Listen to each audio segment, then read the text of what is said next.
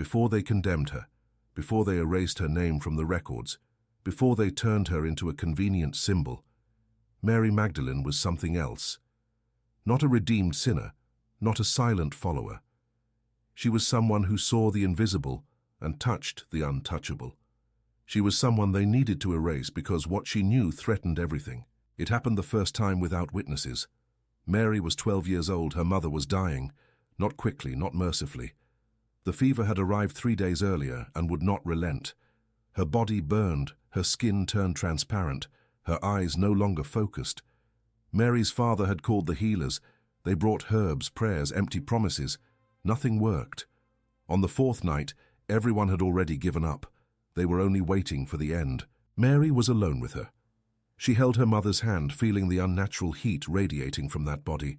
She did not pray, not because she didn't believe, but because words seemed far too small. She closed her eyes. She breathed deeply. And then, without understanding how, she felt something move inside her. It was not thought, not emotion. It was a current, a force that rose from the center of her chest and flowed down her arms to her hands. Mary's mother opened her eyes.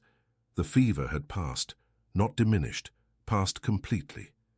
She sat up, looked at her daughter, and in that gaze there was something beyond gratitude. There was fear. "You cannot tell anyone," she said. "Never." Mary nodded. That night she learned 2 things: that she possessed a gift, and that this gift needed to remain hidden. The following years were ones of careful silence. Mary learned to control what she felt. She discovered that there were moments when the force grew more intense, moments when a mere touch was enough to change something. She healed a bird with a broken wing. She soothed headaches by touching people's foreheads, always in secret, always without fanfare. Her mother died years later, of old age, but before that she told her something crucial. There are others like you. They hide because the world kills what it does not understand. Mary grew up observing. She saw how the powerful controlled through fear, how religion was used to keep people in their place, how miracles were only accepted when they came from authorized men. She learned that women who knew too much were dangerous. She learned that true power needed to be invisible in order to survive. When she first heard about Jesus, she initially paid no attention.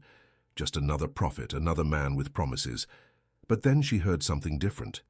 They said he healed, yes, but also that he taught people to heal, that he said the kingdom of God was within each person, that he touched lepers, spoke with women, challenged those who used the law to oppress. Mary went looking for him, not as a follower, but as someone recognizing another of her kind. She found him surrounded by people, but when their eyes met, something passed between them. Mutual recognition. He knew what she was. She knew what he was. "Come closer," Jesus said. Mary walked up to him. He extended his hand. She touched it. And in that instant, she felt the same current she knew, but multiplied, clearer, as if someone had lit a lamp inside a dark room she had inhabited alone for years. "You know," he said. It was not a question. "Yes," Mary answered. "I always knew." "Then why do you hide?" "Because they would kill me." Jesus smiled, but it was a sad smile. "They will try anyway. The difference is whether you die silent or die having shown the way to others." Mary began to accompany him. The other disciples looked at her with suspicion. A woman traveling with men, a woman who did not lower her eyes, a woman who sometimes corrected Jesus publicly. Peter especially detested her. "Who does she think she is?" he muttered. Jesus heard and did not intervene.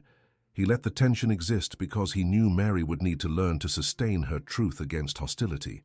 It was Mary who first realized that Jesus did not perform miracles alone. He was not a passive divine channel. He taught people to awaken what already existed within them.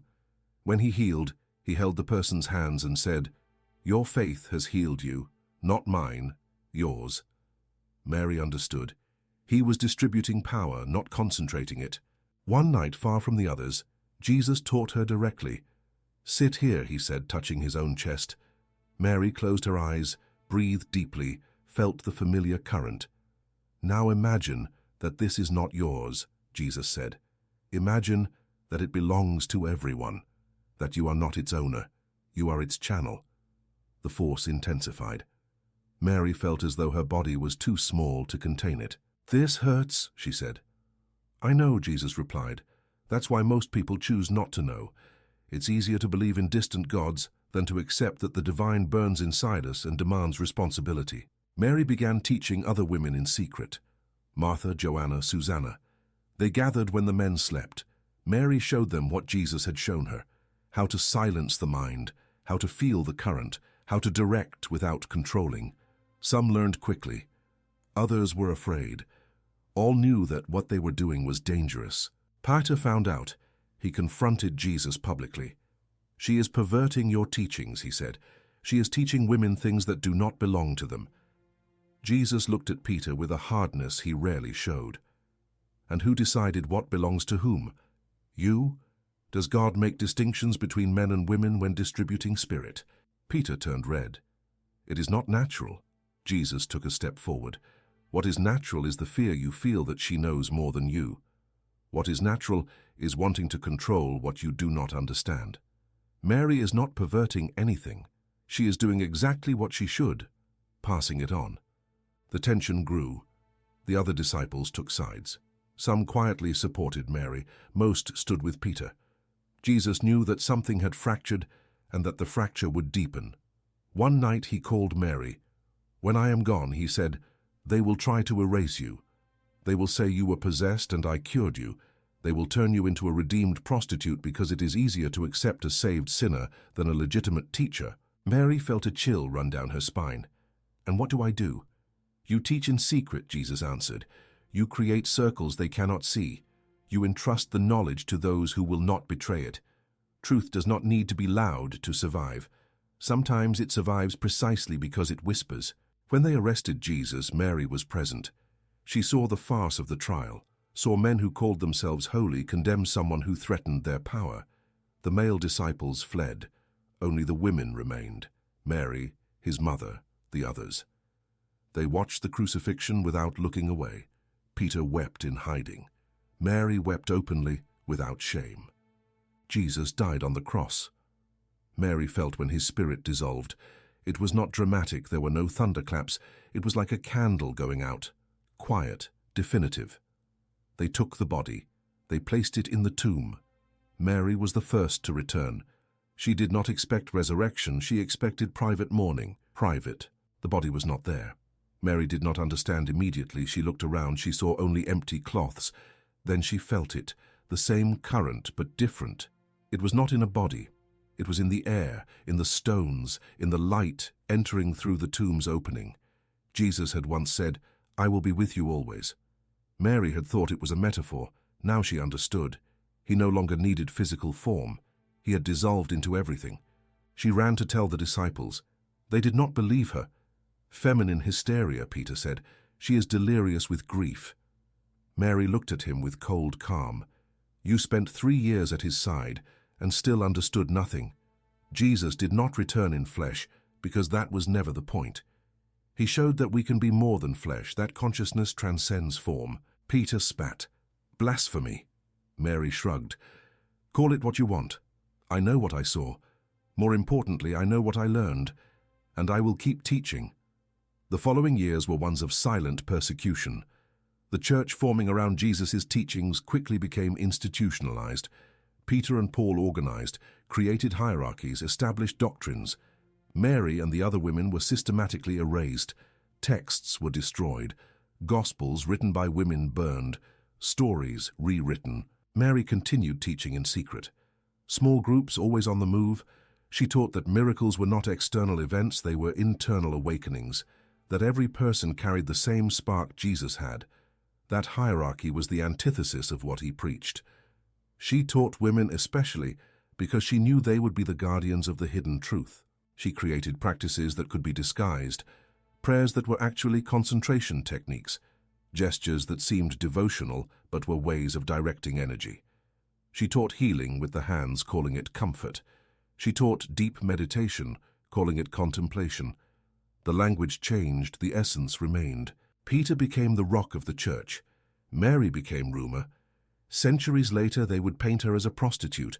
They would say Jesus cast 7 demons out of her. They would make her an example of masculine redemption.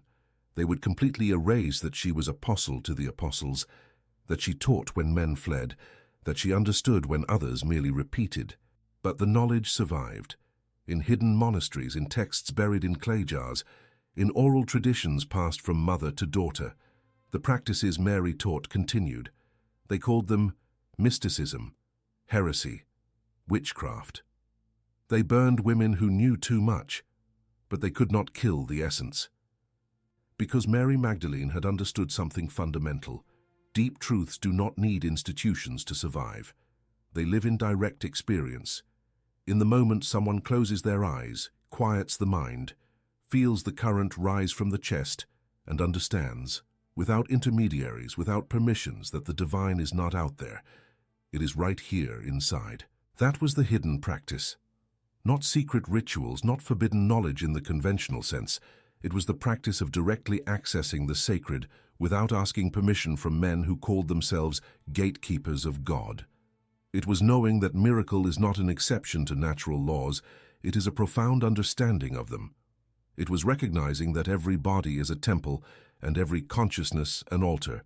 They tried to erase her because they knew that if people discovered this, the entire power structure based on divine intermediation would collapse. If every person can touch the sacred directly, what is the need for priests? If every woman can heal with her hands, what is the need for an exclusively male hierarchy? If the kingdom of God is within us, what is the need for stone temples? Mary Magdalene was erased from the official records, but her practice survived in every person who closed their eyes and felt something beyond the body, in every inexplicable healing, in every moment of deep connection with what is greater than us, yet simultaneously inhabits us. The mystery they tried to hide was simple and devastating. We already are what we seek. The miracle is not external transformation, it is internal recognition. And any system that profits from our ignorance of this will always need to try to erase those who teach this truth. Mary knew she would be erased. She accepted it. Because she also knew that truths like this do not die. They only fall asleep. And they awaken whenever someone, tired of searching outside, finally looks within and recognizes the light that was always there. This is the hidden practice. It is not in burned books, it is in your breath right now. It is not in lost rituals, it is in your capacity to feel. It was not erased, it was only forgotten. And what was forgotten can be remembered.